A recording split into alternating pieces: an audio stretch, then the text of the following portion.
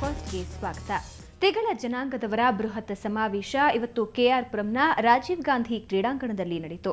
ಸಮಾಜದ ಗುರುಶ್ರೀ ಜ್ಞಾನಾನಂದಪುರಿ ಸ್ವಾಮೀಜಿಗಳು ಸಮಾವೇಶಕ್ಕೆ ಚಾಲನೆ ನೀಡಿದರು. ಪುರಾಣ ಕಾವ್ಯಗಳೊಂದಿಗೆ ಸಂಬಂಧ ಹೊಂದಿರುವ ಸಮುದಾಯ ಅಭಿವೃದ್ಧಿ ಕುರಿತು ಸಮಾವೇಶದಲ್ಲಿ ಚರ್ಚೆ ನಡೆಸಲಾಯಿತು. ಸಿಎಂ ಅನುಪಸ್ಥಿತಿಯಲ್ಲಿ ಆರೋಗ್ಯ ಸಚಿವ ಅರವಿಂದ ಲಿಂಬಾವಳಿ ಕಾರ್ಯಕ್ರಮದಲ್ಲಿ ಭಾಗವಹಿಸಿದರು. ತಿಗಳ ಸಮುದಾಯವನ್ನ ಪ್ರವರ್ಗ 1ಕ್ಕೆ ಸೇರಿಸುವುದು ಸೇರಿದಂತೆ ಜನಾಂಗದ ಅಭಿವೃದ್ಧಿಯ ಭರವಸೆ ನೀಡಿದರು.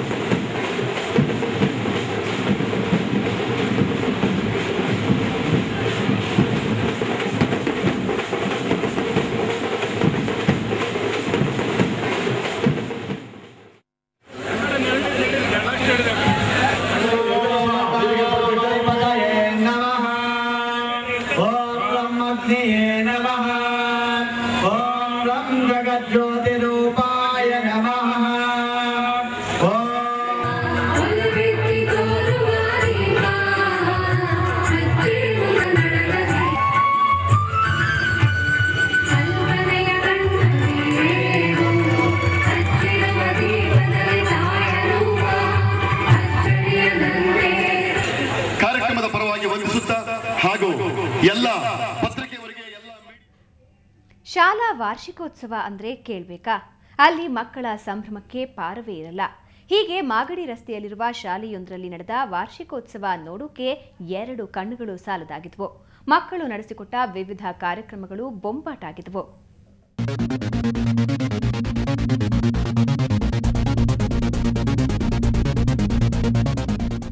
ಬೆಂಗಳೂರಿನ ಹೊರವಲಯದ ಚನ್ನೇನಹಳ್ಳಿ ಜನಸೇವಾ ವಿದ್ಯಾಕೇಂದ್ರದಲ್ಲಿವತ್ತು ಸಂತಸ ಮನೆ ಮಾಡಿತ್ತು. ಶಾಲಾ ವಾರ್ಷಿಕೋತ್ಸವದ ಪ್ರಯುಕ್ತ ನಡೆದ ವಿವಿಧ ಕಾರ್ಯಕ್ರಮಗಳು ಕಲರ್ಫುಲ್ ಆಗಿದ್ವು. ವಾರ್ಷಿಕೋತ್ಸವದ ಅಂಗವಾಗಿ ವಿದ್ಯಾರ್ಥಿಗಳು ಶಾರೀರಿಕ ಪ್ರದರ್ಶನ ಮಾಡಿದ್ರು. ಮನಸೆಳೆದ ಮಲ್ಲಕಂಬ,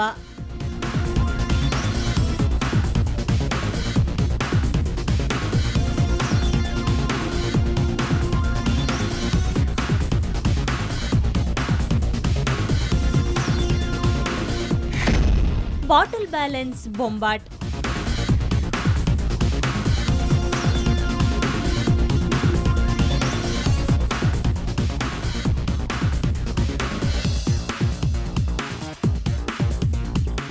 ಸಂಜೆ ನಡೆದ ಕಲರ್ಫುಲ್ ಕಾರ್ಯಕ್ರಮಕ್ಕೆ ನೂರಾರು ಪೋಷಕರು ಸಾಕ್ಷಿಯಾದರು. ಜನಸೇವಾ ವಿದ್ಯಾಕೇಂದ್ರದ ಶಾಲೆಯ ಆವರಣದಲ್ಲೇ ವಿದ್ಯಾರ್ಥಿಗಳು ಘೋಷ್, ಯೋಗ, ಉಂಗುರ ವ್ಯಾಯಾಮ, ಫೈರ್ ಜಂಪ್, ಸೈಕಲ್ ಬ್ಯಾಲೆನ್ಸ್ ಸೇರಿದಂತೆ ವಿವಿಧ ಕಸರತ್ತುಗಳನ್ನು ಪ್ರದರ್ಶಿಸಿದ್ರು. ನಾಟಕಗಳು ನೋಡಿರ್ಬೋದು. ನಮ್ಮ ಸ್ಕೂಲಲ್ಲಿ ಒಂಥರ ಓಲ್ಡನ್ ಕಲ್ಚರ್ನ ತರ್ತಾ ಇದ್ದೀವಿ. ಮಲ್ಗಂಬ ಇರ್ಬೋದು, ಪಿರಮಿಡ್ ಇರ್ಬೋದು, ಒಂದು ಫೈರ್ ಜಂಪ್ ಇರ್ಬೋದು, ಮತ್ತು ರೋಪ್ ಬ್ಯಾಲೆನ್ಸು, ಪಿರಮಿಡಲ್ಲಿ ಎಕ್ಸ್ಟ್ರಾರ್ಡಿನರಿ ಸ್ಕಿಲ್ಸ್ ಮಾಡ್ತೀವಿ. ಮಲ್ಗಂಬಲ್ಲಿ ನಮ್ಮ ಒಂದು ಸ್ಕಿಲ್ಸ್ ಕಸರತ್ತುಗಳನ್ನು ತೋರಿಸ್ಕೊತೀವಿ ಮರದ ಮೇಲೆ ಹತ್ತಿ. ಒಟ್ಟಾರೆ ಜನಸೇವಾ ಕೇಂದ್ರದ ವಾರ್ಷಿಕೋತ್ಸವ ಸೂಪರ್ ಆಗಿತ್ತು. ಪ್ರತಿ ವರ್ಷದಂತೆ ಈ ವರ್ಷವೂ ಶಾಲಾ ಆಡಳಿತ ಮಂಡಳಿ ಗ್ರಾಮೀಣ ಸೊಗಡು ನೆನಪಿಸುವ ಕಾರ್ಯಕ್ರಮಗಳ ಮೂಲಕ ಎಲ್ಲರ ಮೆಚ್ಚುಗೆಗೆ ಪಾತ್ರವಾಯಿತು. ಬೆಂಗಳೂರಿನಿಂದ ಕ್ಯಾಮರಾ ಪರ್ಸನ್ ಮಹೇಶ್ ಜೊತೆ ಪಿ ಮಧುಸೂದನ್, ಸುವರ್ಣ ನ್ಯೂಸ್. ಸಾಹಿತಿ, ಪತ್ರಕರ್ತ, ಜೋಗಿ ಎಂದೇ ಚಿರಪರಿಚಿತರಾಗಿರುವ ಗಿರೀಶ್ ರಾವ್ ಅವರ 3 ಪುಸ್ತಕಗಳು ಇವತ್ತು ಬಿಡುಗಡೆಯಾದವು. ಕಾದಂಬರಿಯಾದ ದೇವರ ಹುಚ್ಚು, ಮಹಾನಗರವೆಂಬ ಗ್ರಹಿಕೆ ಮತ್ತು ರಾಯಭಾಗದ ರಹಸ್ಯ ರಾತ್ರಿ ಕಥಾ ಸಂಕಲನದ 2ನೇ ಮುದ್ರಣವನ್ನು ಸಾಹಿತಿ ನಾಗತಿಹಳ್ಳಿ ಚಂದ್ರಶೇಖರ್ ಬಿಡುಗಡೆ ಮಾಡಿದರು. ಅಂಕಿತ ಪುಸ್ತಕ ಪ್ರಕಾಶನದಡಿ ಈ ಪುಸ್ತಕಗಳು ಹೊರಬಂದಿವೆ. ಬೆಂಗಳೂರಿನ ಬಸವನಗುಡಿಯ ವಾಡಿಯಾ ಸಭಾಂಗಣದಲ್ಲಿ ನಡೆದ ಸಮಾರಂಭದಲ್ಲಿ ಕಿರುತೆರೆ ನಿರ್ದೇಶಕರಾದ ಟಿಎನ್ ಸೀತಾರಾಮ್, ಜ್ಞಾನಪೀಠ ಪುರಸ್ಕೃತ ಗಿರೀಶ್ ಕಾರ್ನಾಡ್, ಚಲನಚಿತ್ರ ವಾಣಿಜ್ಯ ಮಂಡಳಿ ಮಾಜಿ ಅಧ್ಯಕ್ಷೆ ಜಯಮಾಲಾ, ನಟಿ ನೀತು ಸೇರಿದಂತೆ ಹಲವರು ಪಾಲ್ಗೊಂಡಿದ್ದರು.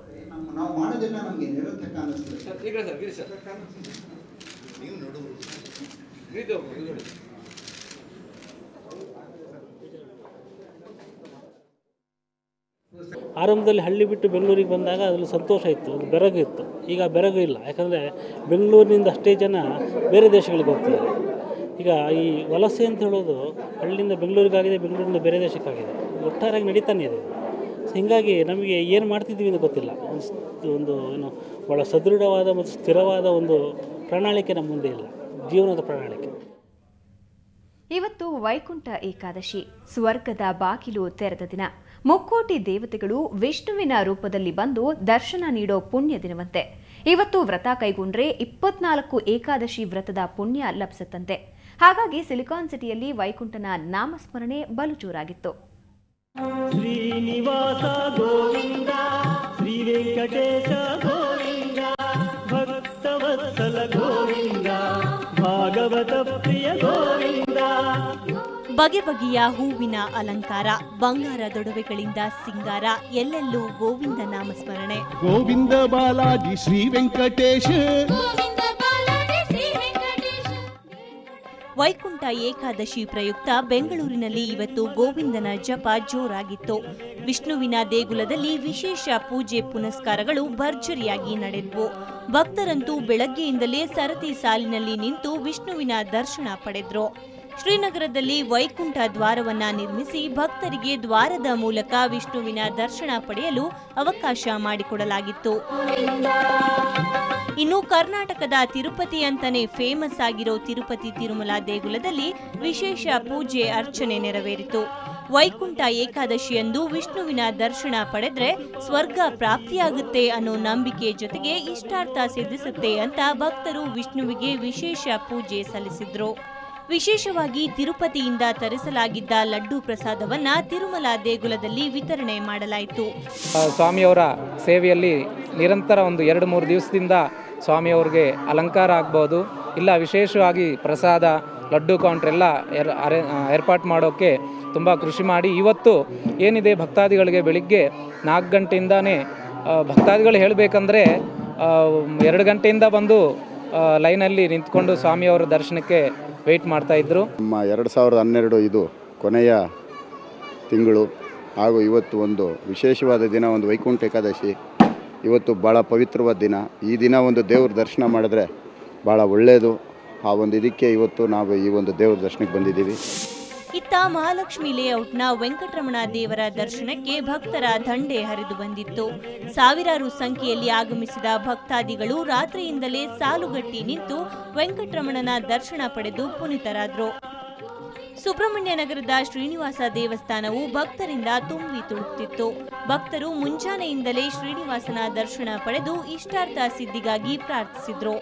ಒಟ್ಟಾರೆ ವೈಕುಂಠ ಏಕಾದಶಿಯನ್ನ ಸಿಲಿಕಾನ್ ಸಿಟಿಯ ಜನ ಅತ್ಯಂತ ಭಕ್ತಿಭಾವದಿಂದ ಆಚರಿಸಿದ್ರು. ಬೆಂಗಳೂರಿನಿಂದ ಕ್ಯಾಮರಾಮನ್ ಪ್ರತಾಪ್ ಜೊತೆ ಮಮತಾ ಮರ್ದಳ, ಸುವರ್ಣ ನ್ಯೂಸ್.